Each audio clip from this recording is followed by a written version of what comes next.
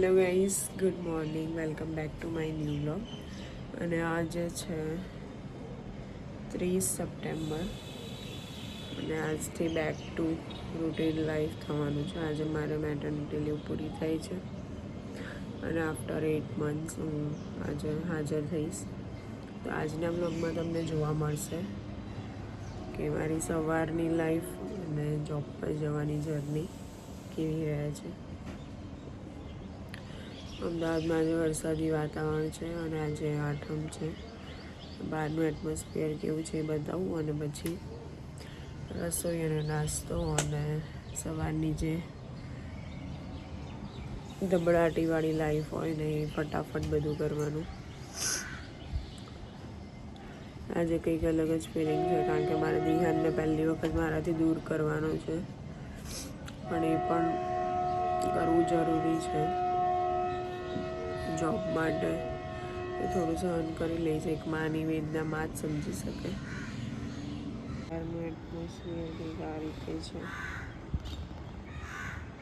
અહીંયા ચણાનું શાક બનાવવા માટે કાળા ચણા બાફવા માટે મૂકી દીધા છે.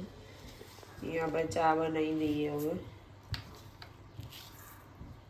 એટલે સૌથી પહેલાં ચાનો ડોઝ તો જોઈએ જ સવારે.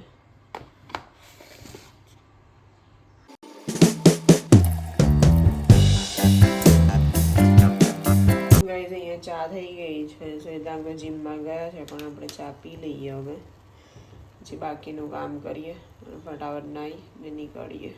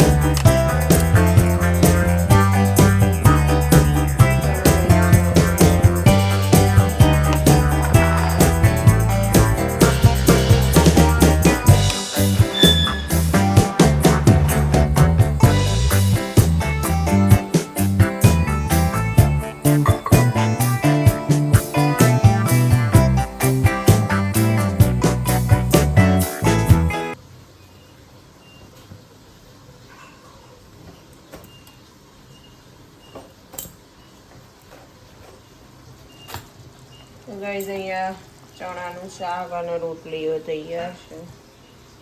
ટિફિન ભરી દઈએ અને આ બાજુ વાસણોનો ઢગલો છે એમાં એ બધું આવીને થશે. ગાઈઝ તો જવા માટે તૈયાર થઈ ગયા છે, પણ આજના પ્લાનમાં થોડો ચેન્જ છે કારણ કે સાસુ સસરા ગામડે છે અને બંનેને રાખવાના મુશ્કેલ ચાલે છે. કારણ કે આજે રજા પાડી છે અને એમને થોડું કામ છે જ્યાં મારી જોબ પ્લેસ છે ત્યાં ગવર્મેન્ટમાં, તો એ પણ આવશે જોડે. એટલે આપણે દિહાનભાઈને લઈ લીધા છે જોડે કારણ કે આને બહુ જ શરદીને ઉધરસ છે એટલે, અને પછી આવતી વખતે દવાખાને પણ બતાવવું પડશે કારણ કે બહુ જ વધારે આખી રાત અને ઉધરસ ખાધી છે. જોબ સાથે બાળકો બહુ જ ડિફિકલ્ટ છે. તો ગાઈઝ ફાઇનલી અમે નીકળી ગયા છે. દિહાનભાઈએ ટોપી પહેરી કારણ કે અહીંયા અમદાવાદમાં ફૂલ વરસાદ છે. નવરાત્રિમાં આ વખતે છેલ્લા 4-5 દિવસ વરસાદ જ છે. પહેલા જ દિવસે આજે મને લેટ થઈ ગયું છે. વૈષ્ણવીને પિકઅપ કરી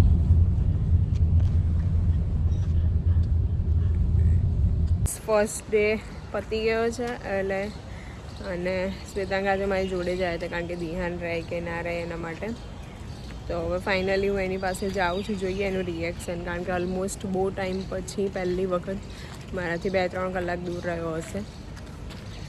જોઈએ કેવું રિએક્શન છે.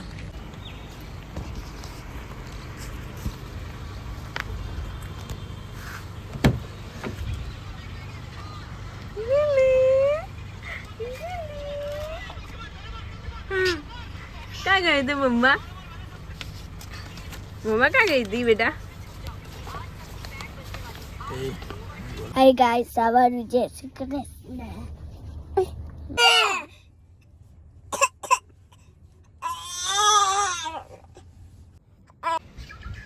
તો ગાઈઝ ઓફિસ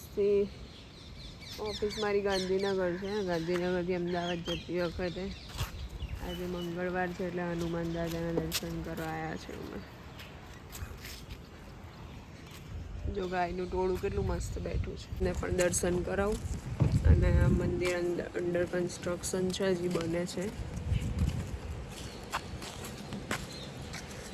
ઓકેઝનલી અમે અહીંયા આવીએ જ છીએ દર્શન કરવા માટે મનની શાંતિ. હનુમાન દાદાનું મંદિર એકદમ ચમત્કારિક છે. એક વખત આવો એટલે ખબર પડશે તમને. દર્શન કરો.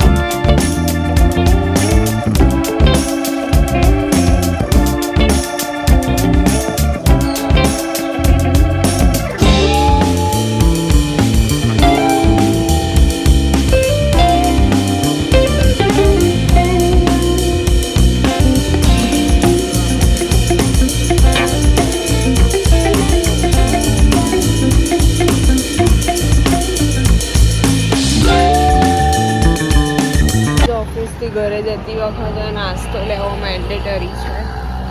બહુ ટાઈમ પછી આજે હું શિવ શક્તિના સમોસા લેવા આવી છું. ચલો તો લઈએ.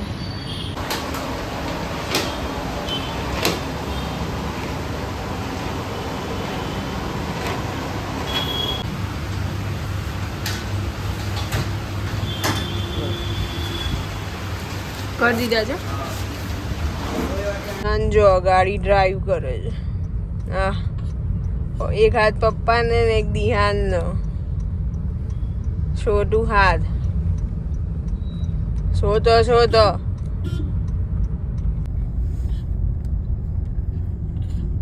આજે છે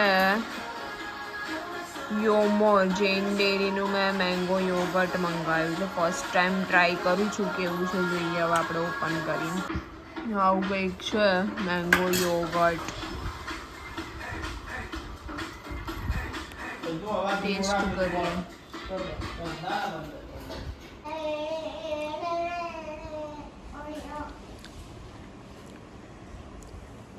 એકચ્યુઅલી શ્રીખંડ અને દહીં વચ્ચેનું જે આવે ને એવો ટેસ્ટ આવે છે આમાં. આજે લંચમાં છે છોલે નહીં સોરી બ્લેક ચણા આવે ને એનું શાક, કુલચા, સમોસા, ચટણી અને મેંગો યોગર્ટ.